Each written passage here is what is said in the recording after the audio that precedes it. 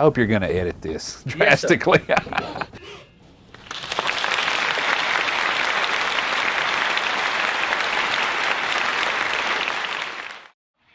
it? You need to take that long note all the way until that foot hits the ground. Right now, some people are releasing it just a hair early.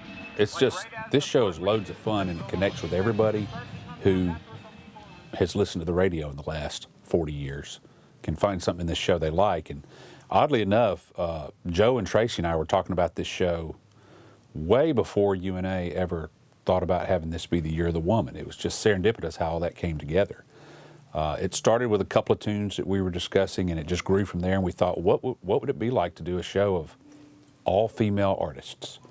And so we almost had this thing in the can when we found out UNA was going to have this Year of the Woman. We thought, well, how cool is that? That's nice. And then very quickly, we started discussing names for the show. We went through 4 or 5 names, and at that time we had the tune Respect in the show. We were quoting it in the show and saving it mostly for the end.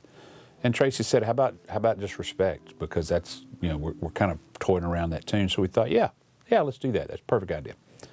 And then about a month later, here comes a movie called Respect. We had no idea. And so a lot of things just kind of, the stars aligned, things fell in place. And then we had this show, but it's to me what makes it so incredible and convey to the crowd is the performers. The kids doing it really dug the music. They really had a good time working on it, and they worked extremely hard on it with a lot of adversity. We lost 17 days to rain. And the students kept working at it, and I know they got frustrated and tired. We all did. But they were willing to stay after it. I think they felt like, hey, we've got a really cool product, a special product. Let's do everything we can to get this on the field. And it worked. It was great.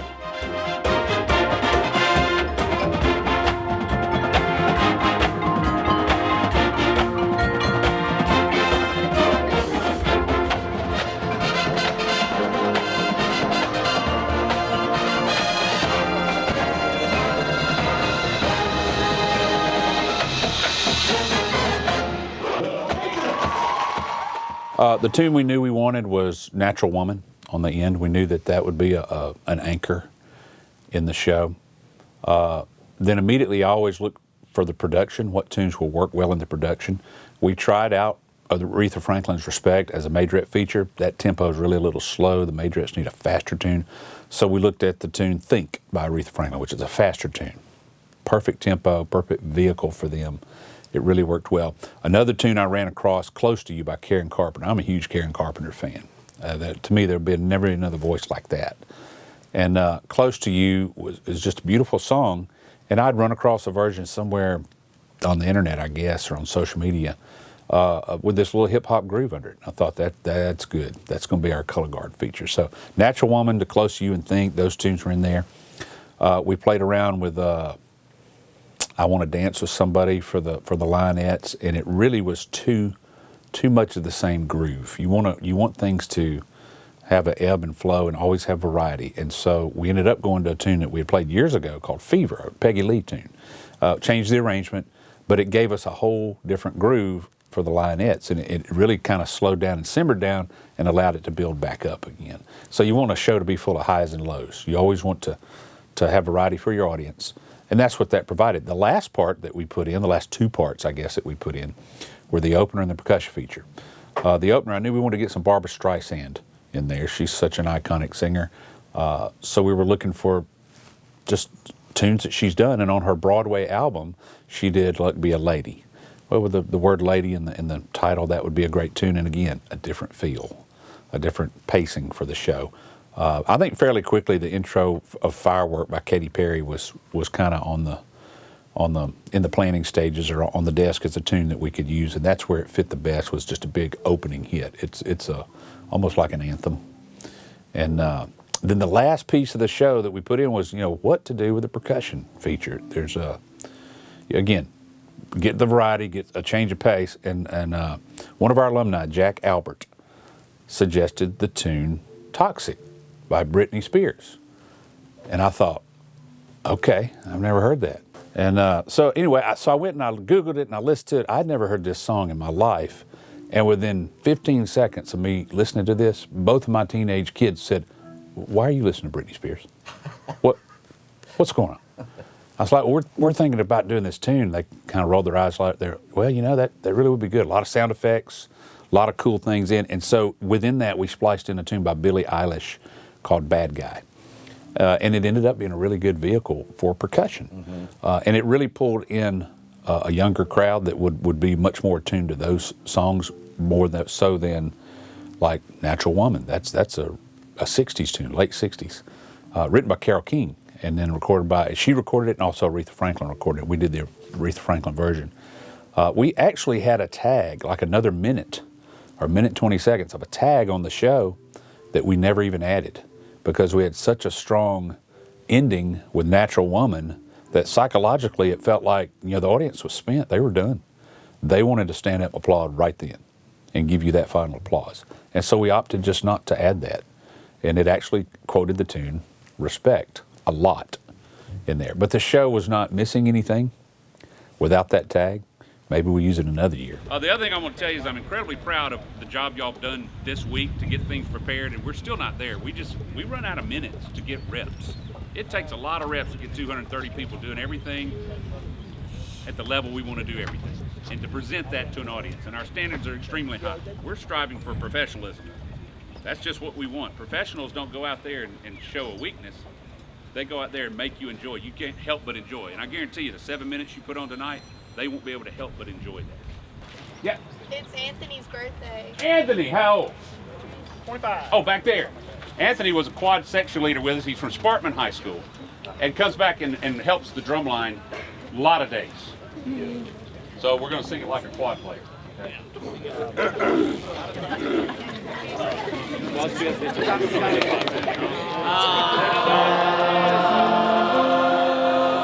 What does that mean, sing it like a quad player? Here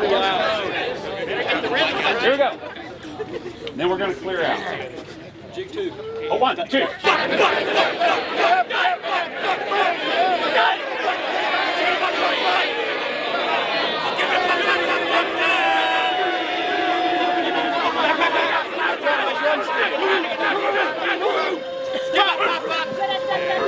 I dropped on my drums. You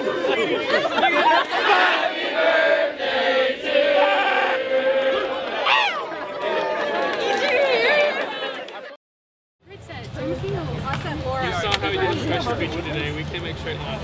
We've got one. So this time we'll do 3 reps of percussion.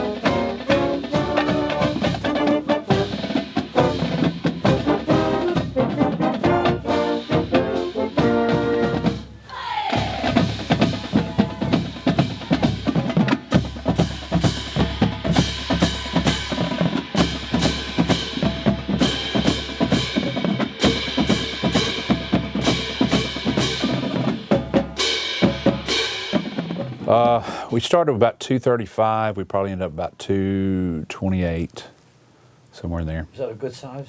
Yeah, it's a very good size. That's probably about where our budget will allow us to be. Without more budget, it's hard to grow a band.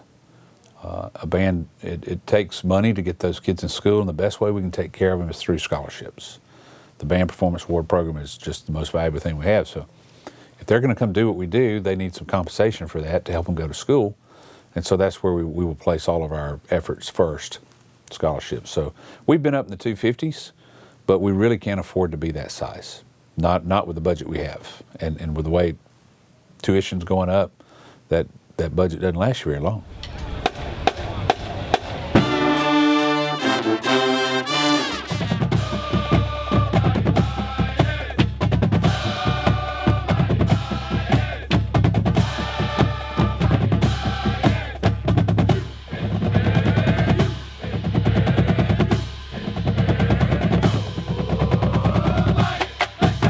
Fortunately, we have a lot of students who they're very intentional with what they do.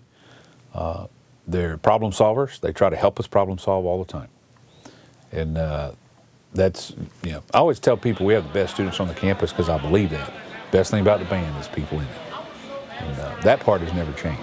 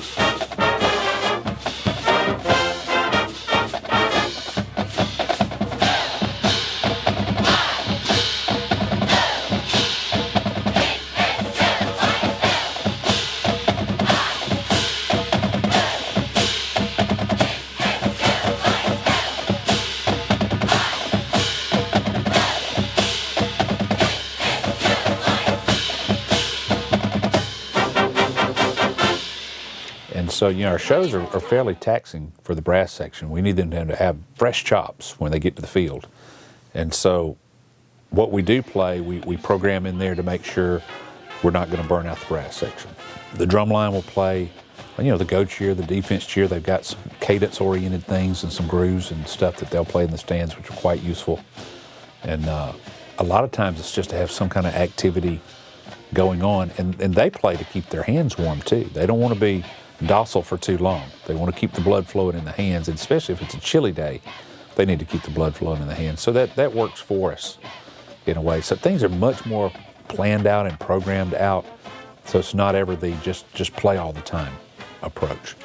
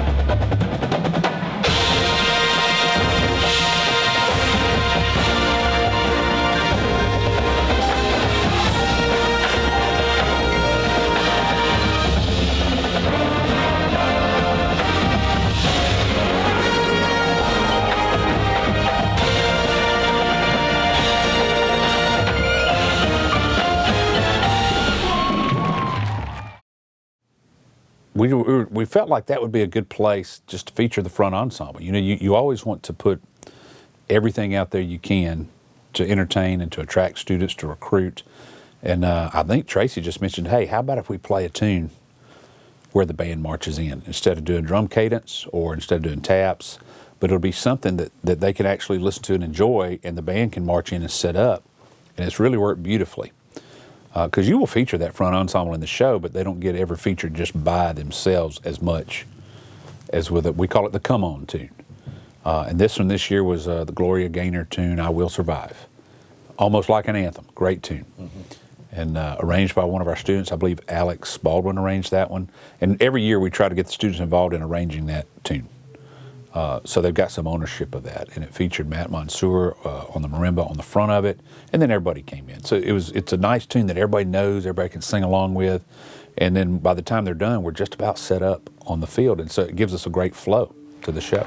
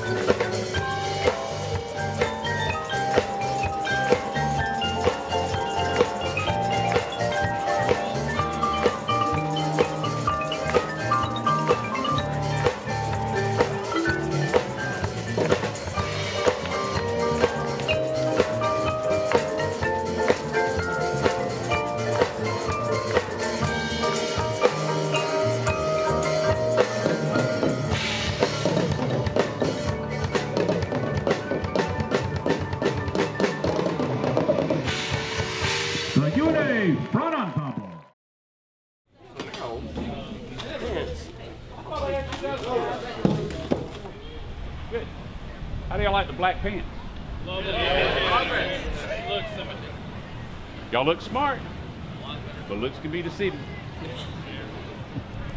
All right, remember this in a parade. We need a good warm-up this morning, but in a parade, who's in front of you?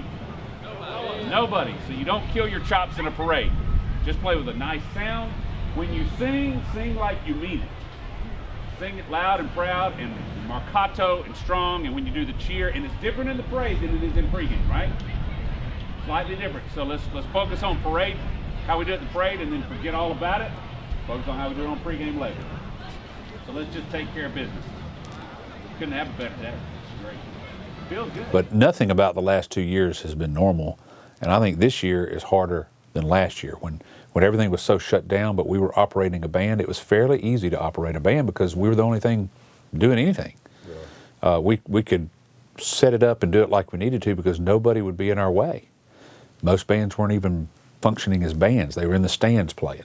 This year, everybody's trying to do everything and nobody remembers how to do it. So it's like we're running full throttle. It's like we're learning to ride a bicycle while we're riding a bicycle. And our pants are on fire. I mean, it's all those things just rolled into one, but we managed to pull it off.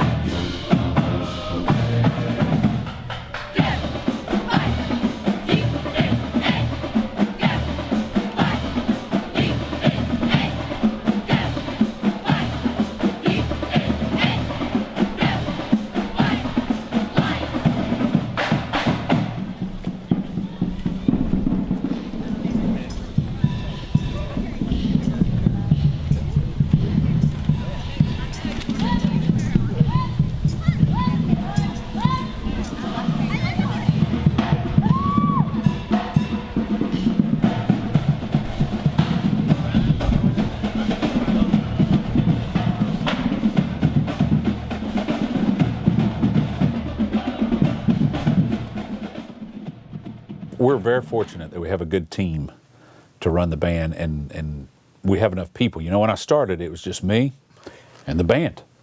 And that was it for 4 seasons. Then I was able to get an assistant in Ian Moyer, and we've been able to build off that. So currently, it's myself and Dr. Wiggins and Dr. Gray, and now we've been able to add Rebecca Tedder as our auxiliary coordinator, just working with those auxiliary girls. So it's really nice to have Dr. Wiggins running the drum line. Dr. Gray runs the brass line or the wind section, and Rebecca runs the auxiliaries. And so then I just run around. And but no, it really is a good system because it allows us all to have certain responsibilities on the field and make those things come together. And they all did a marvelous job.